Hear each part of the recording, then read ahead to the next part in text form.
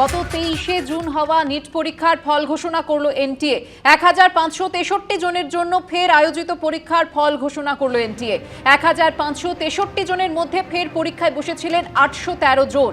NEET প্রশ্ন ফাঁসের পর নতুন করে পরীক্ষা নেওয়া হলে পরীক্ষায় বসেন মাত্র 52% পরীক্ষার্থী। ফল প্রকাশের পর নতুন করে মেরিট লিস্ট বেরোবে। তারপর 6 জুলাই থেকে শুরু হবে কাউন্সেলিং।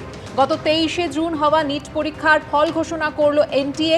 1563 জনের জন্য ফের আয়োজিত পরীক্ষার ফল ঘোষণা করলো এনটিএ। 1563 জনের মধ্যে ফের পরীক্ষায় বসেছিলেন 813 জন। নিট প্রশ্ন ফাঁসের পর নতুন করে পরীক্ষা নেওয়া হলে পরীক্ষায় বসেন মাত্র 52% পরীক্ষার্থী।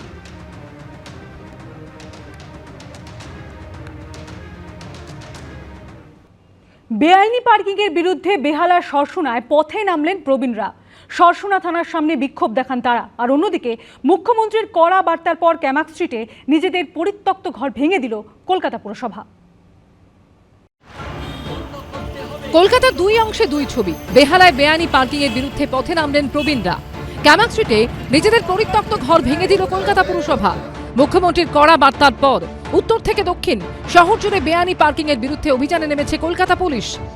কিন্তু বেহালার সরসুনার শকুন্তলা পার্কের স্যাটেলাইট টাউনশিপ এলাকায় ছবিটা ঠিক উল্টো। রাস্তার দুধারে বেআইনিভাবে পার্কিং করা সারি সারি গাড়ি, ফলে হাঁটাচলা করতে অসুবিধা হয় বলে অভিযোগ স্থানীয়দের।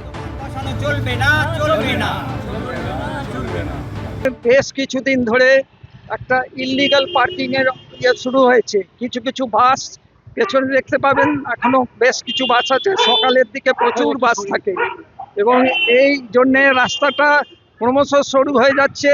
এবং এই রাস্তাটা একটা মেন রোড, আমাদের হাউজিং এর একটা মর্নিং ওয়াকের এটা রাস্তা। প্রচুর সিনিয়র সিটিজেনরা মর্নিং ওয়াক করেন। শকুন্তলা পার্ক কোঅপারেটিভ হাউজিং সোসাইটির পক্ষ থেকে সরসুনা থানায় অভিযোগ জানানো হয়েছে। দখলদারি ও বেআইনি পার্কিং নিয়ে মুখ্যমন্ত্রীর কড়া বার্তার পর মমতা বন্দ্যোপাধ্যায়কেও চিঠি দেওয়া হয়েছে, কিন্তু তাতে কোনো লাভ হয়নি বলে অভিযোগ। বেআইনি পার্কিং বন্ধের দাবিতে রবিবার সরসুনা থানার সামনে বিক্ষোভ দেখান স্থানীয় প্রবীণ নাগরিকরা। এখানকার যে বাস মালিক আছে তাকে আমি ধরেছিলাম যে কেন তোমরা এখানে বাস রাখছো, বাস সরিয়ে দাও এখান থেকে। তার উত্তর বলেছিল না, আমরা সরবর আমাদের সব লাইন আপ করা আছে, অতএব আপনি কিছু করতে পারবেন না। তো লাইন আপ ব্যাপারটা বুঝলাম না, যতটুকু সন্দেহ করছি হয়তো পুলিশের সঙ্গে লাইন আপ করা আছে। তাই এই ব্যাপারে আমাদের পুলিশকে বলেওছি আমরা পার্সোনালি, কিন্তু পুলিশ বলছে যে রাতে তো থাকে, আপনাদের কি অসুবিধা হয়। অন্যদিকে ক্যামাক স্ট্রিটে নিজেদের পরিত্যক্ত ঘর বুলডোজার চালিয়ে ভেঙে দিল কলকাতা পুরসভা। কলকাতা পুরসভার 63 নম্বর ওয়ার্ডে কলকাতা পুরসভার ওই ঘরটি দীর্ঘ 40 বছর ধরে ছিল। যোগাযোগ করা হলে ওই ওয়ার্ডের কাউন্সিলর সুস্মিতা ভট্টাচার্য কোনো কথা বলতে চাননি।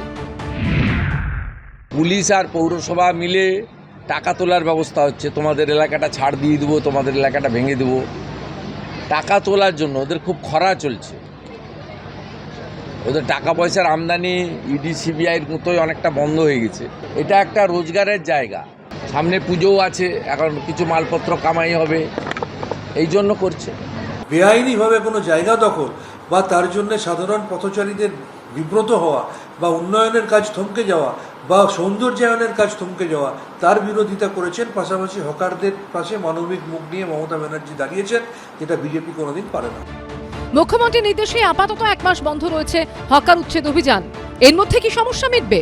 জবরদখল মুক্ত হবে কলকাতা থেকে জেলা? প্রবীর চক্রবর্তী, সৌমিত্র রায় ও অনির্বাণ বিশ্বাসের রিপোর্ট, এবিপি আনন্দ।